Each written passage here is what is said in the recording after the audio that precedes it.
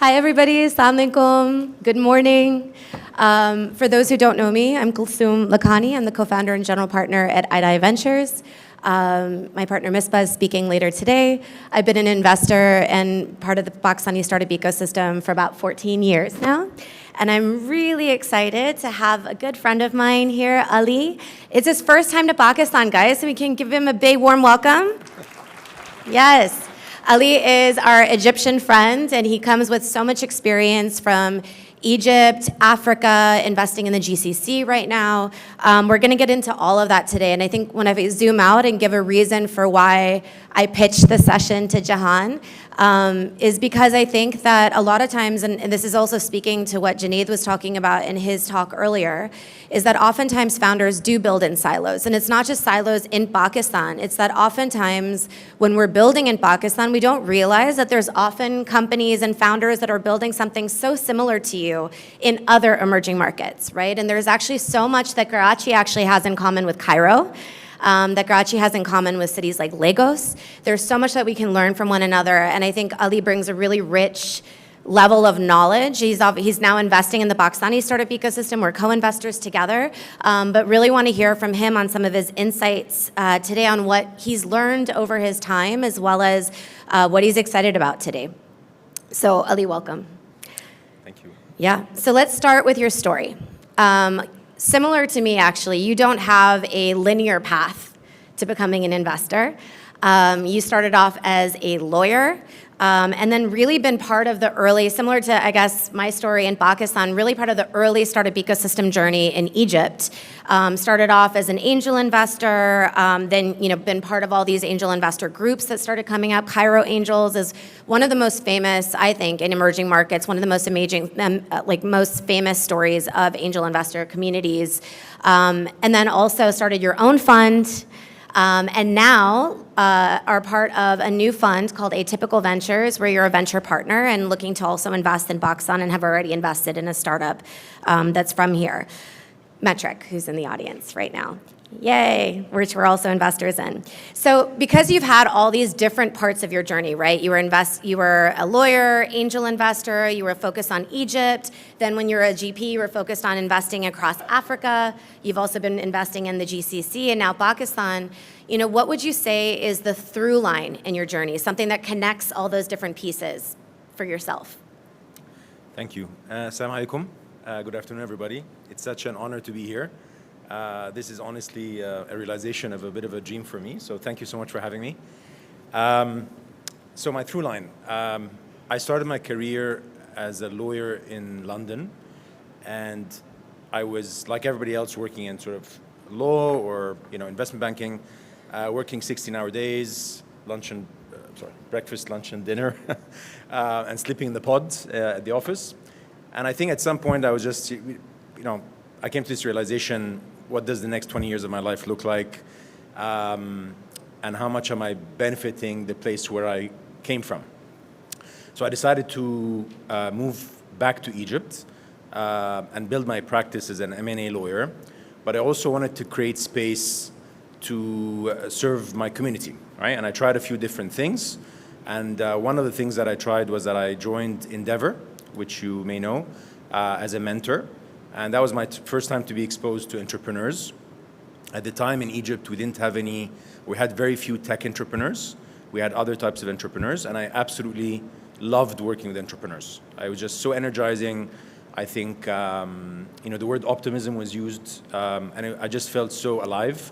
And when I started getting involved in their international selection panels in places like the US, I started seeing different entrepreneurs, which were tech entrepreneurs. And I was like, oh my God, this is like 10x the feeling, right? But why don't we have those people back home? And when I started talking to folks, they would be like, well, you need to have certain ingredients in place. And one of those is risk capital. And without that, you can't really build an ecosystem. So that motivated me to launch the first angel network in Egypt. I later found out that was the first in Africa and one of the first 3 in the MENA region. And together we built a community of 100 angel investors and we invested $5 million over 10 years. That doesn't sound like much today, but in 2011, when we did this, this was a big deal. It's actually a lot still today in Pakistan, so Okay, it's good. that's good to hear. So, and the beautiful thing about this also is that it was all, like 95% were local angels. So they really resonated, I think, with what we were trying to do there. And that's really kind of, we contributed to building the ecosystem first in Egypt. And as I grew in confidence and excitement about this, in Africa, MENA, and then elsewhere. And then I had another kind of aha moment 10 years later. And I was like, well, I love doing this so much. And we finally put money back in the hands of people that I convinced 10 years ago. And for a long time, I wasn't sure if it was going to happen, right? Because the thesis was you can build great companies anywhere, right? And there was a bit of a defiance there. This is not just for Silicon Valley. We can do it. We have the talent. We have amazing people. So we can do this, right? And I think for a long time, there was a question mark. But then when we started having our first checks and kind of putting money in investors' hands and seeing companies grow, that was the second moment where I said, okay, what do I want my next 10 years to look like? And I decided to change careers and dedicate myself to this beautiful industry that we have to really help founders build great businesses coming from our part of the world. Awesome. And I think what's interesting is you mentioned, right, you started your journey in Egypt, but then started investing across Africa, including in geographies like Nigeria, and now you're looking at Pakistan. So, you're looking at different geographies, but there's obviously some patterns that emerge, and I'm curious if you can share what are the patterns that you look for, and who have been the standout founders that you've seen in your journey as an investor across these different markets, and why? So the first premise that I have, and anywhere I've invested in, I kind of share the same thesis, is that talent is everywhere, right? I'm a humanist, so I just feel like, we make all of these arbitrary differences, but we're all humans, and that means that all of us can do whatever we want if we dedicate ourselves to that. Therefore, anybody anywhere can build something amazing. When you come to look at where they're building, you need to have a lot of nuance about that place. I think that we live in a world where we try to always be quite reductionist. Most of the places I've invested in are very ancient cultures, deep cultures, and you have to really have a lot of respect for that. I'm lucky because I come from a culture like that, so it comes naturally to me to understand that, if you go subsurface, there's a lot of different layers about where people come from and their family and who they're married to and all that kind of stuff, right? And I think for a lot of people coming maybe from the US, they may not have that kind of nuance. So that's an advantage I think that I have. And when you look at all of those markets, you have to have nuance. So unless it's a market I'm extremely immersed in and comfortable with, the first point of call is that I need to be able to know the nuance. And there's no way I'm going to learn that in a quick trip here for 2-3 days. I have to work with partners. And I'm very lucky to have amazing partners like Kalsoom to help me to understand the culture, because in the end of the day, we're not building in a vacuum, right? So, of course, the macro, a lot of what was said today about Pakistan, it's just like the same thing so in Egypt. similar to Egypt. It's a bit insane. But I think that one thing that I would love to also use this platform for is that because I've invested extensively in Egypt and Nigeria, which are very similar to Pakistan in some respects, there has been some interesting solutions that I think could be applicable. And I would also love to learn from you so that we can take some of those solutions there, right? So that's kind of a little bit how I look at different markets when it comes to investing and choosing the right place to put your money and help people build things. And is there like a DNA? So I think what I've noticed when you talked about talent is everywhere, I think I've seen at least that there's a certain DNA of founders in these emerging markets that are actually quite similar to each other. And so what are those characteristics that you look for, even if you haven't maybe invested in a market before, but there's a certain thing in emerging markets or maybe a learning that you had from Nigeria or Egypt?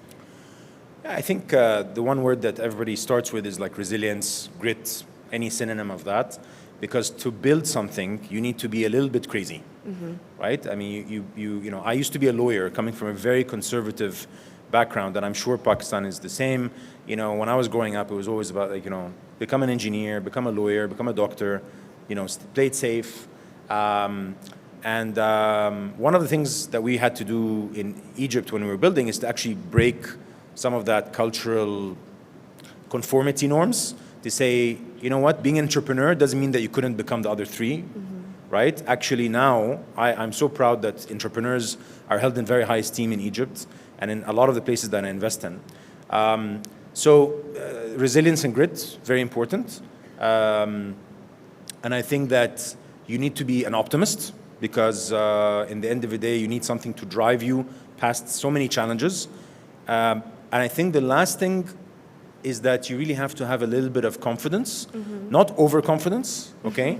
I think that sometimes, you know, it can spill over, but you have to have confidence that this can happen, and you have to visualize success to drive you through the predominantly hard times. I think we always talk about, you know, success stories as overnight success stories, but then, you know, they say it took 10, 15 years to build, right?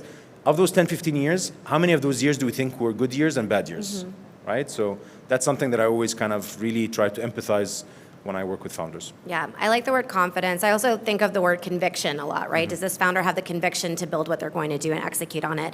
You talked about solutions that you've seen in Nigeria or Egypt that maybe could be brought here or vice versa. What are some of those sectors that you've seen solutions that are quite similar that you're like, this can be transferred, right? Or you've worked a lot in the GCC and invested in the GCC. A lot of Pakistani founders in this room are you know, thinking about growing to Saudi Arabia, growing to where the money is going, right? So what do you think can transfer well from emerging markets, but also to markets like the GCC, and what also doesn't? What have you witnessed in your experience? Yeah, I can probably give two different anecdotes on two different very strategic pathways, right? So one of the largest success stories we have in Egypt is a company called Fawry, and Fawry was basically solving for people doing domestic remittance because cash was, you know, just so much friction and it was difficult. And they essentially started the agency banking solution. And that was a solution that was excellent for Egypt, probably excellent for other places as well, but definitely not transferable to the GCC, who are 99.9% banked, right? Today, Fawry, who probably most of you have not heard of, they have an EBITDA margin of $200 million, right? It's a listed company in Egypt, and they're growing 70% year on year, okay? Were you an investor? I was not an investor, unfortunately. Yeah, exactly. So I missed out on that.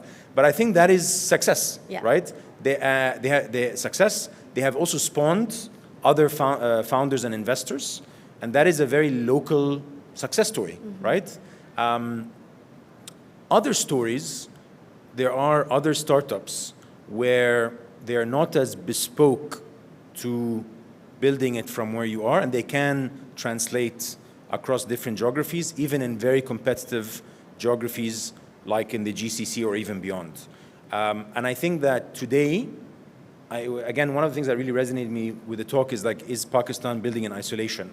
One of the things that I really like is that I feel that this part of the world is becoming more interconnected, and we're not looking at the US as particularly like the model playbook anymore. Actually, we look at a lot of things in the US as maybe not problematic, right?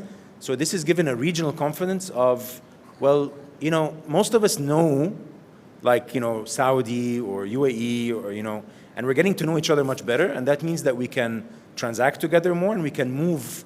And there's some models where it's like, I know that Pakistan, because you have such amazing talent, is a very strong hub, for example, for tech talent that is outsourced and commercialized maybe in the GCC, right? Egypt is the same, by the way. So, you know, is this a good thing or a bad thing, right? Like, that's a discussion that we have all the time, you know? Is this a good thing or a bad thing? Is this brain drain, or is this keeping tech talent here that in the past maybe had to move to the GCC or even to the US? So, again, sorry, that's a bit of a long-winded answer, but yeah. I think that's great. I also completely agree, right? I think originally when we saw startups coming up in our markets in that 2021 period where lots of money was flowing into Pakistan and Egypt, other markets like this, I think we saw a lot of people basically copying the American playbook. Yeah. So we would see, like, when we think about buy now, pay later, we would see the Klarna version in, our markets. There's tons of BNPL in Egypt. There was a lot in Pakistan. And now what I think is like the best models are the ones that are really building for the local nuance and the market realities of what they're doing and really thinking about playbooks as emerging market playbooks rather than a Western playbook. And I'm curious for you, what are, you've made a lot of investments over the years. What are some that you're really proud of and what are they doing now? Honestly, this is gonna sound so cheesy or cringe. I love the panel before. Yeah, we're getting rid of the word cringe. I love I love all of the founders that I've invested in, and I have a relationship with every one of them. And some of them have been more successful than others. Also, like what success is, we kind of reduce it to material success. But anyway, that's a different probably panel discussion. But some of them have gone on to exit, and those have done amazingly well for two reasons. The first thing is that they were able to prove that they built something of value, and they were able to exit. And a lot of those have exited actually to like US companies who are very particular about value. And that not only created a virtuous circle of kind of putting money back in the investors' hands, but also created now a second and third time founder class, something that I couldn't have dreamed about 15 years ago when I started, like you. And now we're seeing those founders, right? So I am today literally in due diligence with a third time founder from our region who's building something amazing that the plan is that can compete in the US, right? So that took a few steps, right? We had to do step A before we could get to step B to step C. So that is something that I think I'm really encouraged about where we are today in terms of the regional ecosystem. How many founders or wannabe founders are there in the room right now? People interested? We have a few. Great. I want you to give advice to people sitting in this room. It's a really hard time to be a founder in Pakistan right now. There's a lot of capital scarcity, whereas a couple of years ago, there was a ton of capital flowing into this ecosystem. Egypt has gone through something similar, right? You've had a lot of growth in your ecosystem and probably were able to hit your J-curve faster than we were able to do ours. But you've seen capital scarcity in Egypt as well. Nigeria has faced that as well. What would be the advice that you would give to founders in this room and how they can actually build in an environment where it's hard to raise money right now? So the first piece of advice I would give is be very wary about tourist capital. Can you tell people more what tourist capital means? Yeah, so tourist capital are kind of like during the really good times, they fly in and they're your best friends, and then, they'll tell you, oh, this is how it's done in Silicon Valley. And then when the good times aren't there anymore, they suddenly leave the room, right? And that's happened, I'm sure, here. It's happened in Egypt, happened in Nigeria, happened everywhere, right? They did that. And it really negatively impacted those ecosystems, and it took us time to recover. So that was a really large learning. Choose your partners very carefully, right? So your investors, the joke used to be that your relationship with your investor lasts longer than the average marriage in the US, okay? So that is a very long relationship, right? So choose your partners wisely. Local partners are extremely important because no serious international investor will ever invest without the support of local investors, right? So that's a winning combination. Somebody that flies in and says, you're the best thing ever, here's like a check, valuation is not important. They're going to be out the door as soon as they came in the door, through the door. So that's one lesson. The second lesson is don't follow the US playbook. So the US playbook, they have their own nuances. We just felt that was the way, but they have advantages and disadvantages. We have different advantages and disadvantages. So the eternal story about in a capital scarce ecosystem is, do I try to get to profitability quicker or do I grow, right? And that is a constant strategic discussion, but you need to be very nuanced about it. You can't just say like, hey, it's go big or go home today, so that's what we're gonna do. okay? And then you just, it's not going to work. Or you're overly conservative and you only build for profitability, and then you don't become an outlier business, right? So that is a nuance that we need to all work together. We need to learn from each other. But find your own way, and I'm sure that you'll succeed. Last question, because we were about to wrap up. What's exciting for you right now? You're kind of looking at all these different markets, right? So what is exciting for you sector-wise, focus-wise? And last part of that is, this is the investor journey that we're both on. We're both actually part of a community together called Kaufman. What would you like your legacy to be known as an investor? So 2 questions. What's exciting for you right now? What would you like to be known as? So I'm excited about a lot of different things, but we have literally just finished focusing on white spaces that we want to focus on that are very, very relevant to the markets that we invest in. 2 things came to mind when I was looking at the presentation before about what's happening in Pakistan, was energy costs being high and deindustrializations. Those are challenges, but also opportunities. We are looking at leveraging hardware and software to actually optimize to that, to solve the pain points of some of those large players. Because guess what? You're not the only ones who have that issue. This is a global issue. So that's something that we are very intentional looking at on a market by market basis. And we would love to also find some of those white spaces here and co-invest together in some of those things. Sorry, and the second question was? What would you like to be known as an investor? How would you like your legacy to be? I think I would like when founders talk about me, that they felt that I was a good partner. And good partner doesn't mean just telling them what they want to hear, but like in a marriage, there's going to be ups and downs. But in the end of the day, you want kind of like when they speak to their friend, they say, you know what, that's a good partner. Great. Thank you so much, Ali, for joining us today. Also, last question, is Arsenal going to win the league? 100%. Inshallah. All right, thanks, everybody.